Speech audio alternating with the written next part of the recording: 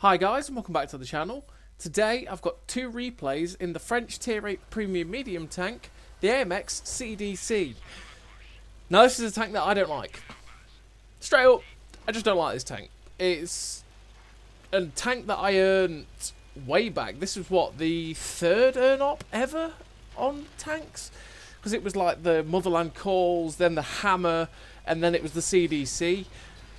Yeah, I didn't like the CDC. It's fast. Sure, it's fast. It's got a decent rate of fire. But it's got absolutely no armour, which means it's got no give.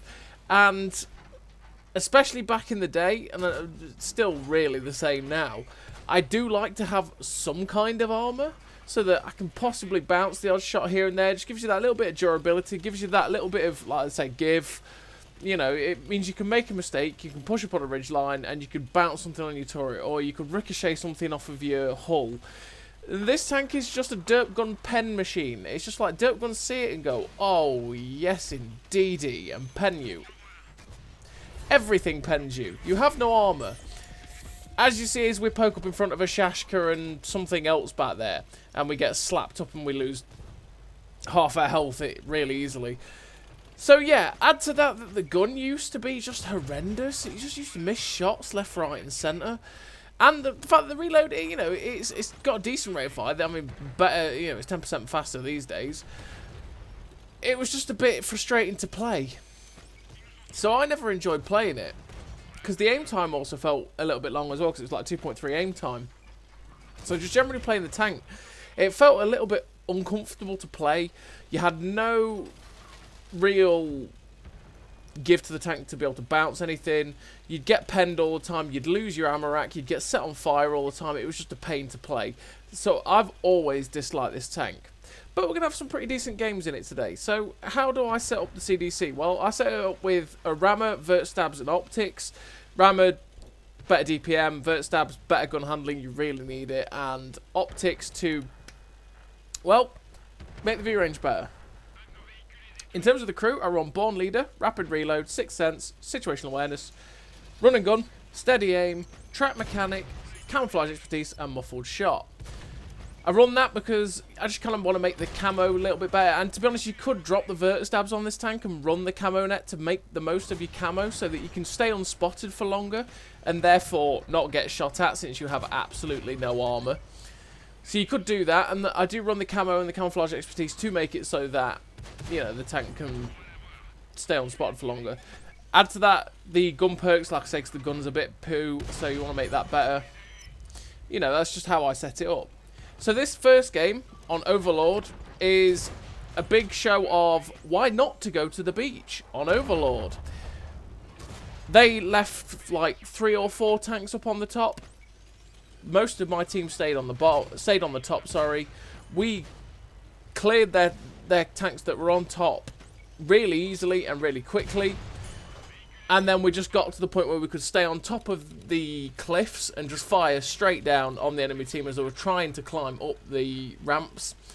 And if you can actually clear the top quicker on Overlord, you can just rush to the position at like E3 or at F3 and get easy shots down at anyone on the 1-2. Even if they hug the cliffs, you can work the cliffs yourself to be able to get gun depression down to shoot at anyone on the beach.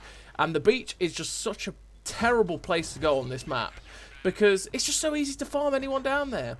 Well, I mean, what I usually do, as soon as I see there's a massive glut of tanks on the enemy team, I will rush to F3. I will get rid of anyone that's opposing that position for me, and then I will just start farming the hell out of anybody down there because it's free damage, it's easy. Generally, if you've got tanks down there fighting with them, they have to start getting distracted because they start getting farmed from above, and there's not much they can do about it. Because a lot of tanks in this game don't have enough gun elevation to be able to shoot up at you. And generally, if they do, then they are fully distracted by you shooting at them, so they have to stop fighting the tanks in front of them, which means the tanks in front of them start to shoot them and get good shots at them. Honestly, don't go to the beach on Overlord.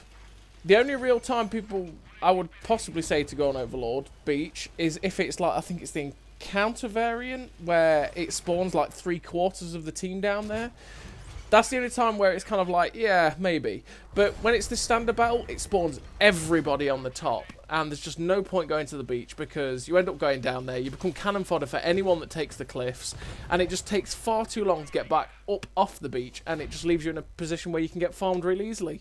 So, anyway, we finished with the victory in that game. 3 kills, 3.1k damage, 938 assistance, the ace tanker, the Confederate medal, 1674 base XP. 4k combined. It's a decent game for the CDC on Overlord. And yeah, like I say, the beach just takes far too much time to get up off of. And usually by the time you've taken the beach and start to come up off of it, most of your team is usually dead on the top. Unless your team is, you know, pretty damn good and then manage to clear it themselves anyway. So it's just not a place to go. Because, yeah, it's just a terrible place of the map. So we're on to the second game. And we're on Mannheim. Thank God I don't have to see this map anymore. And that means we are bottom tier because, you know, yeah, pretty much had to be in a tier 10 game, or a tier 9 game as well, to be fair, to see this map. And I'm going to this 9-0 flank. It's not a flank that I'd often went to, but it's because it takes you sort of out of the game a little bit. Takes a little bit of time to get there, and most of the time your team never went there. They just sort of went doing what my team is doing right now, where they go straight through the middle or went to the left flank. So this flank ended up just not being protected that well, and you tended to find a lot of light tanks came this way, found maybe one tank, battled it, and then went through to the cap.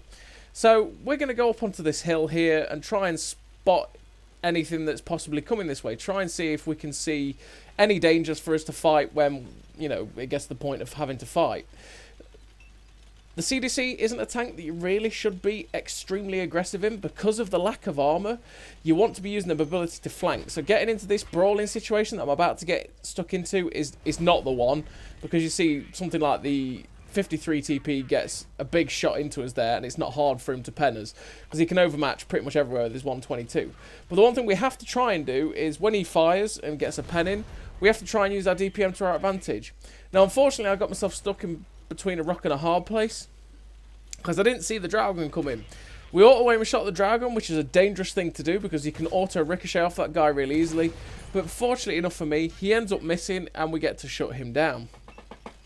So now, the 53 TP is very much on my mind. I want to get rid of this guy. Kind of hoping to be looking at the Griller and the heavy tank over there, but unfortunately he's turned around to face me. But because he's fired, we are just going to take advantage of the fact that he's not got the best of DPM, and we've got a pretty damn decent reload at 5.4 seconds.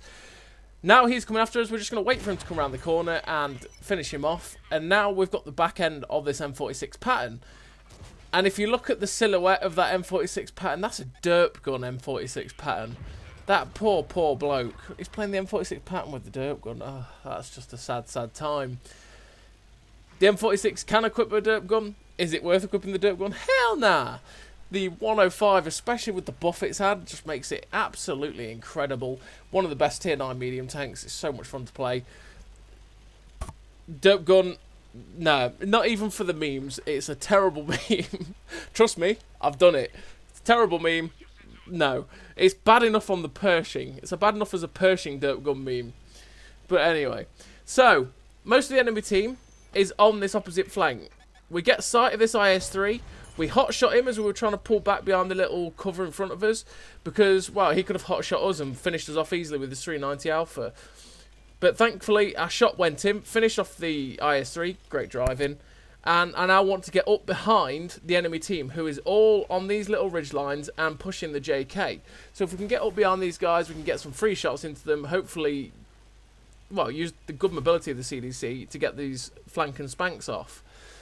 So currently the SDRV 1030 is spotted in front of us. He's got 240 health, which means we can finish him. He is on our Alpha.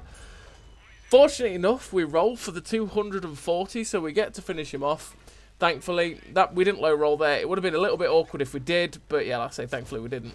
We get a shot into the T100LT. We do low roll that one, but fortunately enough, again, he doesn't hit us on the move. T100LTs always hit on the move usually, so pretty fortunate that that didn't happen. And I don't really want to poke on that ridgeline again because that could be fairly dangerous if someone's looking my way. We try and snap a shot into the back of the M60. Unfortunately, it doesn't quite come off.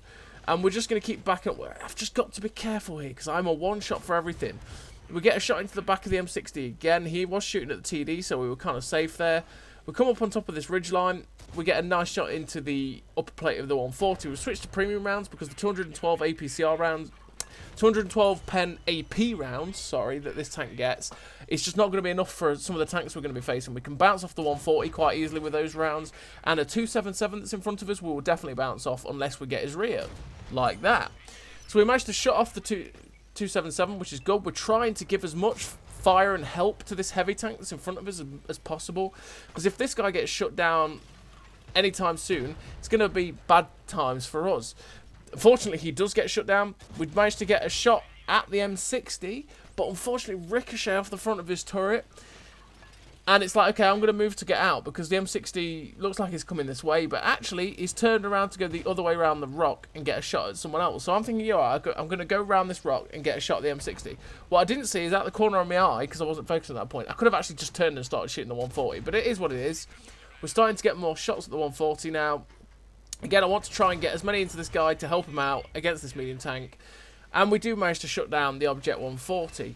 We're up to 3.3k damage in a tier 10 game, which is really nice for a tier 8 medium tank. And we've got the rear of this 705, and we managed to shut him down. And we finished the game with 3.3k damage, 111 assisted. And we ended up finishing with 8 kills and 2.1k base XP in a tier 10 game in the AMX CDC. So we finished with the 8 kills, 3.3k damage, Off-Skins medal for killing 3 tanks 2 tiers higher, Devastator, Ace Tanker, Radley Walters for killing 8 tanks, the 2.1k base XP. A really nice game for a bottom tier AMX CDC, which is honestly one of my least favourite tanks to play in the game. And it's just not that great. It probably could do with a little bit of love, but yeah, it is what it is. So as always, everybody, thank you very much for watching. I'll see you next time.